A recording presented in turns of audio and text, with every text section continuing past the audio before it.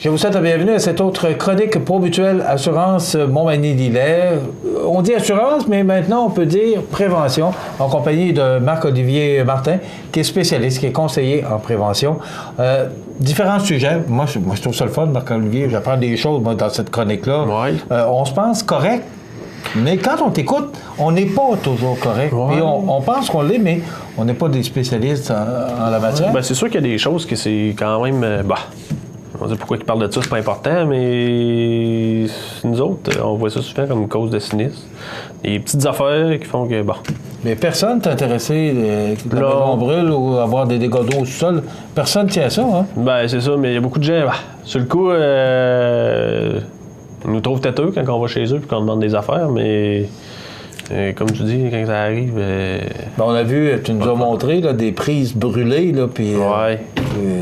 Ça existe, hein? Des boîtes électriques aussi. Tu avais apporté une boîte électrique ici, je me souviens. Moi, tu regardes ça, puis tu dis, ça se peut pas que ça ait été dans la maison, mais pourtant... Ouais.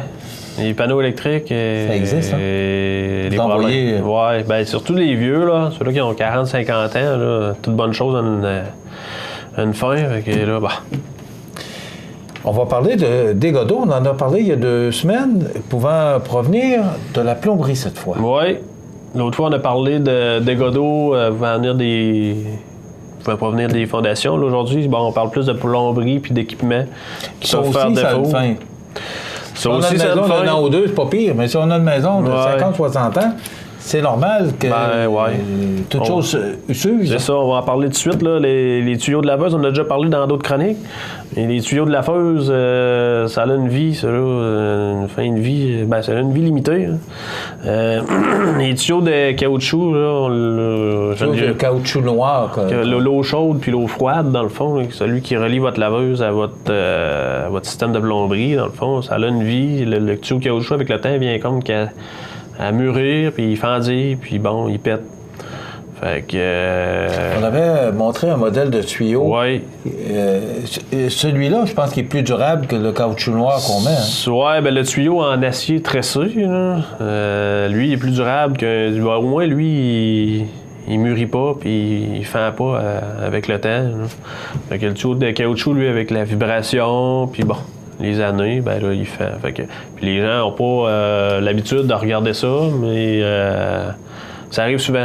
Fait que c'est pour ça qu'on en parle. Parce que si le tuyau se brise, une fissure, l'eau ne se ferme pas automatiquement. Non, c'est ça. Ben, je vais en parler à la fin de la chronique, là, mais la technologie à cette heure est rendue que, on est rendu avec des dispositifs qui peuvent fermer l'eau en cas de dégâts.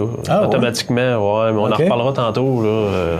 Je vais te regarder ça pour le dessert. Ils sortent tellement de choses aujourd'hui. C'est ça, les boyaux de laveuse, c'est de regarder au moins une fois par année. L'état de nos tuyaux, les changer peut-être aux 5 à 10 ans, là, même s'ils ne sont pas d'apparence maganés. Puis oui, aujourd'hui, on est rendu avec des tuyaux en acier tressé, s'assurer qu'ils sont homologués. Il y a des... dans le passé, il y a eu des tuyaux qui sont rentrés ici au Canada qui ne l'étaient pas approuvés. C'est comme été une...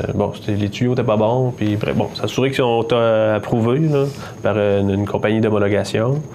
Puis, c'est ça. Après ça, dans les différentes causes de dégâts d'eau, c'est aussi à regarder notre chauffe-eau.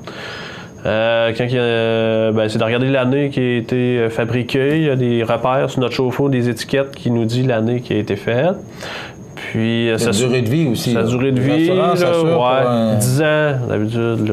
Si vous avez un chauffeur qui a plus de 10 ans, il faudrait voir avec vos assureurs parce que...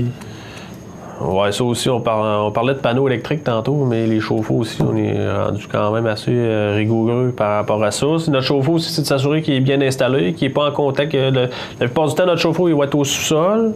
Il y en a qui vont assurer le chauffe-eau directement sur la dalle de béton. Fait que le contact avec la dalle froide, puis le chauffe-eau, que l'eau, lui, est chaude, favorise la détérioration du chauffe-eau. Fait que là, ça peut limiter la durée de vie. Fait qu'au lieu de toffer peut-être, 10 ans, il va peut-être toffer 5 à 6 ans, 7 ans. Si votre chauffe-eau a plus de 10 ans, il peut y avoir une limitation aussi par rapport à l'assurance. Donc, il faut vérifier et vous assurer avec votre assureur que tout est conforme. Ouais. C'est important. Puis, comme je dis aux gens, là, quand vous installez votre chauffe-eau à cette heure, mettez-vous un petit bassin en plastique. Là, ça vaut, je pense, une quinzaine de piastres. C'est de mettre notre chauffe-eau dans ce bassin-là. Fait que si au moins il se met à fuir, il va fuir dans le bassin. Puis on peut même relier ce bassin-là si on a un drain proche avec un tuyau. Fait que s'il se met à couler et on n'est pas là, ben au moins il va couler dans le drain. Puis aussi, si on n'a pas de drain proche, il existe des détecteurs d'humidité à cette heure. C'est comme un avertisseur de fumée, mais qui lui détecte l'eau. Fait qu'on peut le mettre dans notre bassin. Puis si jamais il y a un dégât d'eau, ben l'avertisseur va sonner. Fait que ça va nous avertir. Sorte de moyen aujourd'hui, hein? Oui. Après ça, dans les principales causes aussi, c'est de regarder notre lave-vaisselle, notre branchement de tuyaux et de renvoi, si tout est conforme. Des fois, il est coincé en arrière du mur, fait que c'est s'assurer qu'il est bien installé. S'assurer aussi qu'il n'y a pas d'aliments dans le fond de notre lave-vaisselle qui pourrait boucher l'évacuation de l'eau. Puis aussi autour, là, notre caoutchouc noir, s'assurer qu'il n'y a pas d'aliments ou de coincé là qui pourrait faire tomber de l'eau à l'extérieur du lave-vaisselle.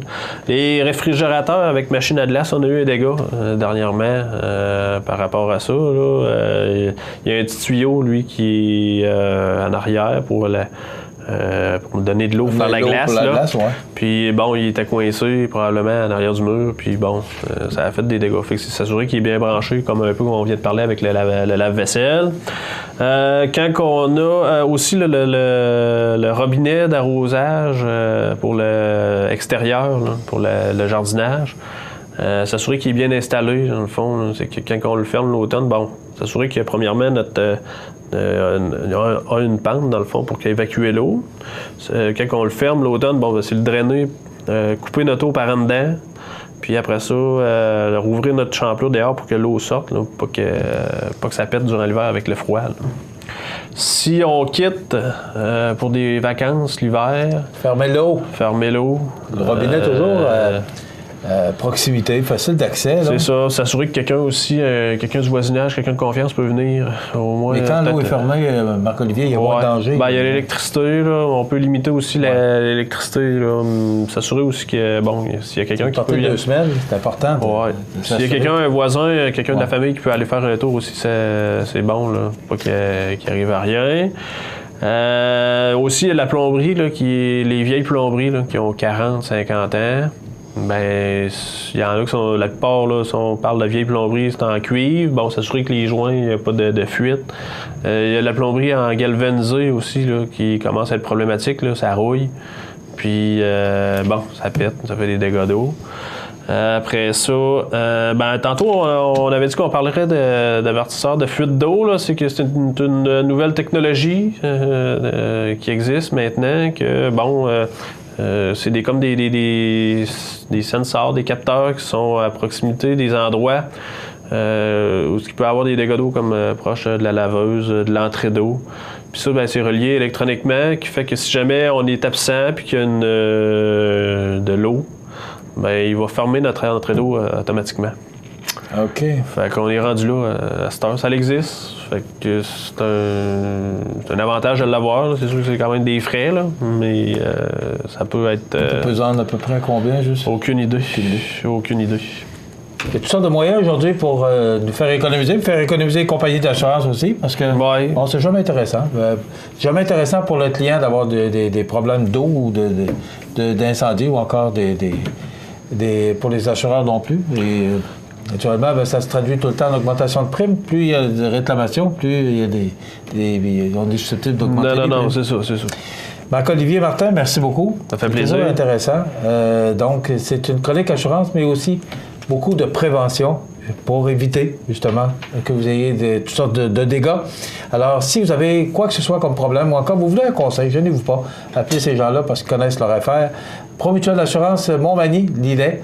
C'est Marc-Olivier Martin et son équipe au 248-7940. Merci Marc-Olivier.